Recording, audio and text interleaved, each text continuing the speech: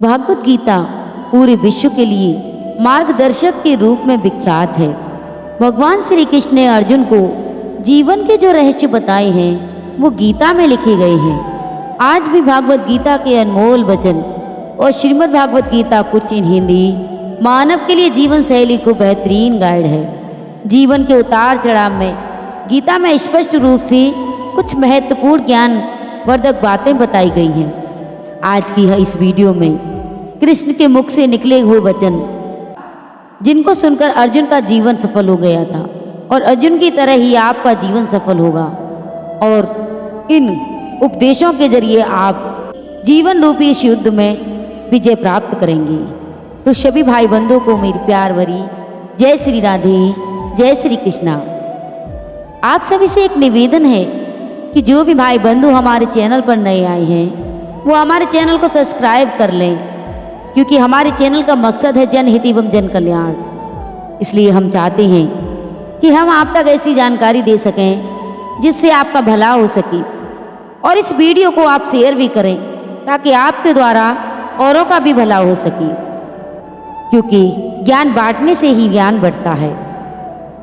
तो बंधुओं, वीडियो को लाइक और चैनल को सब्सक्राइब भी जरूर करें ताकि ऐसी वीडियो की हर नोटिफिकेशन सबसे पहले आप तक पहुंच सके। तो वीडियो शुरू करती हैं। आप कितने भी अच्छे कर्म कर लो, लेकिन समाज आपके बुरे कार्यों को सदैव याद रखता है। इसलिए लोग क्या कहेंगे ये सोचने से बेहतर है कि आप अपना कर्म करें। जन्म लेने वाले के लिए मृत्यु उसी प्रकार निश्चित है जितना कि मरने वाले के लिए जन्म लेना। इसलिए इस विषय पर शोक करना व्यर्थ है। गीता में कहा गया है कि जो इंसान किसी की कमी को पूरा करता है सही अर्थों में वही महान होता है। तुम्हारे साथ जो हुआ वो अच्छा हुआ, जो हो रहा है वो भी अच्छा है, और जो होगा वो अच्छा ही होगा। गीता के अनुसार जिंदगी में हम कितने सही हैं और कितने गलत ये केवल दो लोग ही जानते हैं, एक परमात्मा, दूसरी हमारी अंतरात्मा। जीवन का आनंद न तो भूतकाल में है न भविष्यकाल में है, बल्कि जीवन तो बस सिर्फ वर्तमान को जीने में है। जब तक शरीर है तब तक कमजोरियां तो रहेंगी ही, इसलिए कमजोरियों की चिंता छोड़ो। जो सही कर्म है उस पर अपना ध्यान लगाओ। कृष्ण कहते हैं कि हे अर्जुन, तुम क्यों रोते हो? तुमने क्या खोया? क्या वो तुमने पैदा किया था? आज जो तुम्हारा है कल किसी और का होगा और परसों किसी और का, क्योंकि परिवर्तन ही इस संसार का नियम है। किसी का अच्छा ना कर सको तो किसी का बुरा भी मत करना, क्योंकि दुनिया कमजोर है लेकिन दुनिया बनाने वाला नहीं। यदि कोई व्यक्ति विश्वास के साथ इच्छित वस्तु को लेकर निरंतर चिंतन करता है तो वह जो चाहे वो बन सकता है। सच्चा धर्म यह है कि जिन बातों को इंसान अपने लिए अच्छा नहीं समझता उन्हें दूसरों के लिए भी प्रयोग ना करे। कोई भी व्यक्ति अपने विश्वास से बनता है, वो जैसा विश्वास करता है उसी अनुरूप बन जाता है। मन अशांत है और उसे नियंत्रण करना कठिन है, लेकिन अभ्यास से इसे बस में किया जा सकता है। मेरे लिए समस्त प्राणी समान है, ना तो कोई मुझे अत्यधिक प्रिय है ना ही कम, लेकिन जो मेरी भक्ति को पूरे मन से करते हैं मैं उन्हें सदैव आवश्यकता पड़ने पर उनके काम आता हूँ। मन की शांति से बढ़कर इस संसार में कोई भी संपत्ति नहीं है। जो मनुष्य फल की इच्छा का त्याग करके केवल कर्म पर ध्यान देता है वो अवश्य ही जीवन में सफल होता है। कोई भी इंसान जन्म से नहीं बल्कि अपने कर्म से महान होता है। इसलिए कर्म अच्छे करिए और महान बनिए। अपना पराया, छोटा बड़ा इत्यादि को भूल कर ये जानो कि ये सब तुम्हारा है और तुम सबके हो। बिना फल की कामना ही सच्चा धर्म, बिना फल की कामना ही सच्चा कर्म है। ईश्वर चरण में हो समर्पण केवल वही धर्म है। जो व्यक्ति क्रोध करते हैं उनके मन में भ्रम पैदा होता है, जिससे उनकी बुद्धि तर्क नष्ट हो जाती है और तभी व्यक्ति का धीरे धीरे से पतन होने लगता है। गीता में लिखा है, जब इंसान की जरूरत बदल जाती है तब इंसान के बात करने का तरीका बदल जाता है। इस संपूर्ण संसार में अब कीर्ति मृत्यु से भी अधिक खराब होती है। सदैव संदेह करने वाले व्यक्ति के लिए प्रसन्नता न तो इस श्लोक में है न कहीं और है। जीवन में सफलता का ताला 2 चाबियों से खुलता है, एक कठिन परिश्रम, दूसरा दृढ़ संकल्प। जो मन को नियंत्रण नहीं करते उनके लिए वह शत्रु के समान कार्य करता है। कृष्ण कहते हैं, कठिन परिश्रम से बचने के लिए व्यक्ति को भाग्य और ईश्वर की इच्छा जैसे बहानों की बजाय चुनौतियों का सामना करना चाहिए। गीता में कहा गया है कि कोई भी अपने कर्म से भाग नहीं सकता। कर्म का फल तो उसे भोगना ही पड़ता है। बुरा करोगे तो बुरा पाओगे और अच्छा करोगे तो अच्छा पाओगे। इसलिए सदैव अच्छे कर्म करो और अच्छे फल की प्राप्ति पाओ। मनुष्य को अपने कर्मों के अच्छे और बुरे फल के विषय में सदैव सोचकर चिंताग्रस्त नहीं होना चाहिए। मनुष्य अपने विश्वास से निर्मित होता है। जैसा वो विश्वास करता है वैसा वो बन जाता है। जो मनुष्य प्रतिदिन खाने, सोने और आमोद प्रमोद के कार्यों में लिप्त रहता है वह नियमित तौर पर योगाभ्यास करके समस्त कलेशों से छुटकारा पा सकता है। जब इंसान अपने काम में आनंद खोज लेते हैं तब वे पूर्णता प्राप्त करते हैं।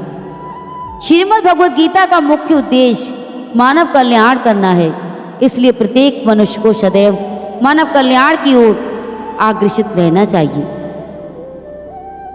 जब भ्रमित अर्जुन कुरुक्षेत्र में सलाह के लिए अपने सारथी भगवान कृष्ण के पास गए तो भगवान कृष्ण ने कुछ तर्क दार्शनिक अवधारणाएं बताई जो आज भी प्रासंगिक हैं। भगवद गीता का एक महाकाव्य ग्रंथ है जिसमें हमारी सभी समस्याओं का उत्तर है। स्वतंत्रता आंदोलन के समय कई नेताओं के लिए प्रेरणा की पुस्तक थी।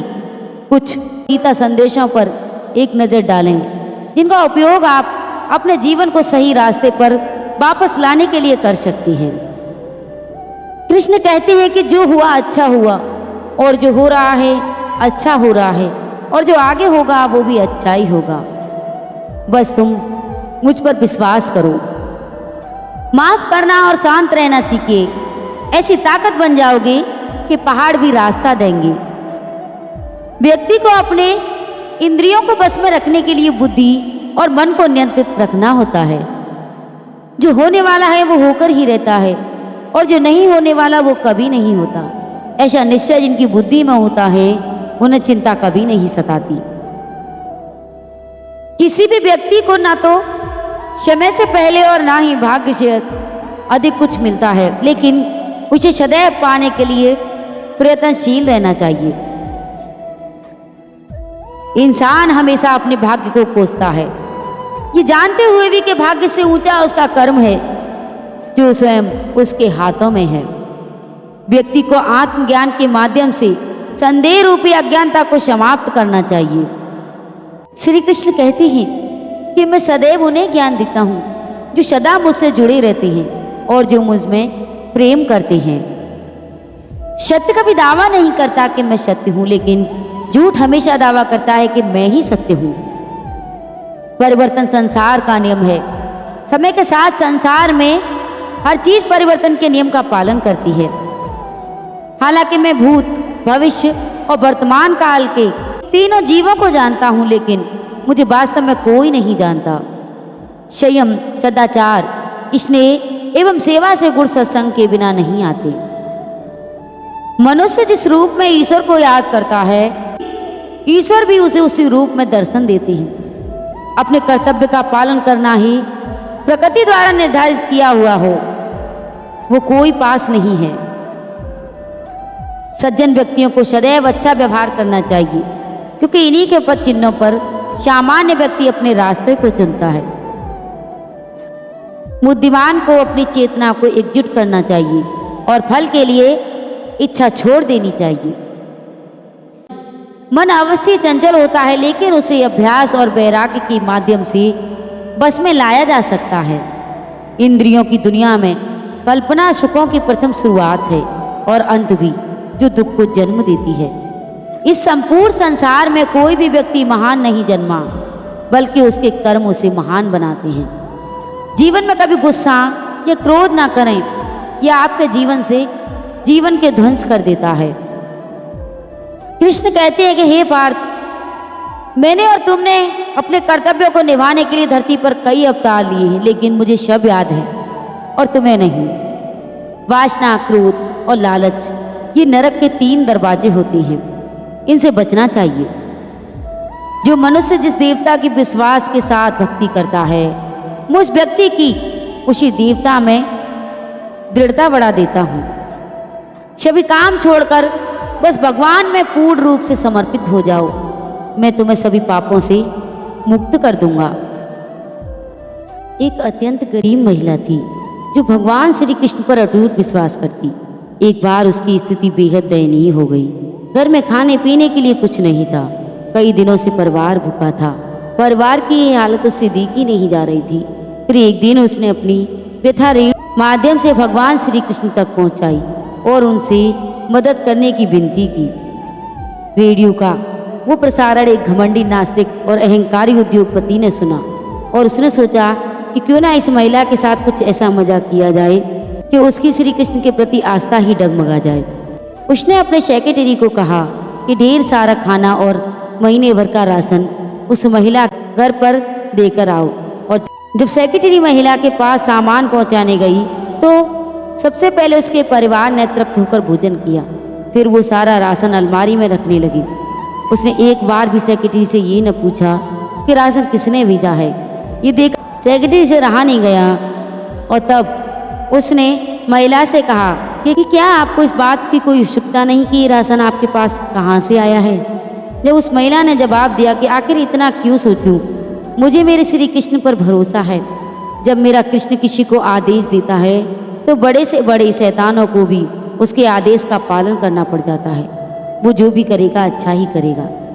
ये कहानी से हमें सीख लेनी चाहिए कि आप किसी भी हालत में क्यों ना हो, ईश्वर पर अपना अटूट विश्वास कायम रखें। आपके जीवन में जो कुछ भी आपको मिला है वो आपके ही कर्मों का नतीजा है, लेकिन जब भी आपको उस ईश्वर की जरूरत होगी और उसे दिल से याद करोगे तो वो आपकी मदद किसी न किसी रूप में जरूर करेंगी। तो भगवत गीता का सबसे बुद्धिमान संदेश है, आज हम केवल पैसे, बेहतर घर, कार और सुरक्षित भविष्य के लिए काम कर रहे हैं। अपने इस लक्ष्य के चलते ही कि हम सब कुछ परिणाम के बारे में सोचकर ही करते हैं। यह एक ऐसी चीज है जिससे हमें बचना चाहिए, केवल इसलिए कि यदि अपेक्षाएं पूरी नहीं होती तो दर्द अवश्य भावी है। इसलिए काम करते रहें और बदले में कुछ भी उम्मीद ना करें। जो व्यक्ति मैं और मेरा इत्यादि की भावना से मुक्त हो जाता है उसे जीवन में शांति की प्राप्ति होती है। आत्मज्ञान की तलवार से काटकर अपने हृदय के अज्ञान के संदेह अलग कर दो। अनुशासित रहो, उठो और कार्य करो। इस प्रकार से प्राकृतिक मौसम में बदलाव आता है, ठीक उसी प्रकार से जीवन में सुख दुख आता जाता रहता है। वह कभी स्थायी नहीं रहता। इस जीवन में न कुछ खोता है न व्यर्थ होता है। जो लोग परमात्मा को पाना चाहते हैं वो ब्रह्मचार्य का पालन करते हैं। भगवान श्री कृष्ण कहते हैं कि मैं इस संसार की सुगंध हूँ, अग्नि की ऊष्मा हूँ, समस्त जीवित प्राणियों का आत्म संयम हूँ। बुद्धिमान व्यक्ति कभी भी कामुक सुख में आनंद नहीं लेती, वो सदैव मोक्ष की प्राप्ति में लगे रहते हैं। वह जो सभी इच्छाएं त्याग देता है उसे शांति की प्राप्ति होती है। संपूर्ण संसार में जब अधर्म और पाप बढ़ता है तो मैं धर्म की पुनः स्थापना के लिए धरती पर अवतार लेता हूँ। जैसे अंधेरे में प्रकाश की ज्योति जगमगाती है, ठीक उसी प्रकार से सत्य की चमक कभी फीकी नहीं पड़ती। इसलिए व्यक्ति को सदैव सत्य बोलना चाहिए।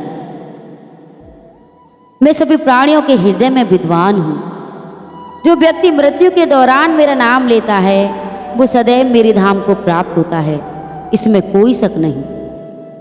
ऐसा कुछ भी नहीं चेतन या अचेतन जो मेरे बिना अस्तित्व में रह सकता है। परिवर्तन ही संपूर्ण संसार का नियम है। इसलिए व्यक्ति व्यक्ति को कभी अपने वर्तमान पर घमंड नहीं करना चाहिए। जिसने जन्म लिया है उसकी मृत्यु भी निश्चित है और मृत्यु के पश्चात पुनर्जन्म भी निश्चित है। मनुष्य का संपूर्ण शरीर पंच तत्वों से मिलकर बना हुआ है, अग्नि, जल, वायु, आकाश, पृथ्वी, और अंत में उसके शरीर को इन्हीं पंच तत्वों में विलीन हो जाना है। इसलिए गुरूर ना करें। व्यक्ति को अपने आप को सदैव ईश्वर को समर्पित कर देना चाहिए, तभी वह दुखों, चिंता और परेशानियों से मुक्त रह सकता है। प्रत्येक बुद्धिमान व्यक्ति को क्रोध और लोभ त्याग देना चाहिए, क्योंकि इससे आत्मा का पतन होता है। तुम बिना किसी कारण की चिंता करते हो और बेवजह ही घबराते हो। तुम तो आत्मा हो जिसे ना कोई मार सकता है ना ही जला सकता है। यही जीवन की सच्चाई है जिसे प्रत्येक व्यक्ति को जानना चाहिए।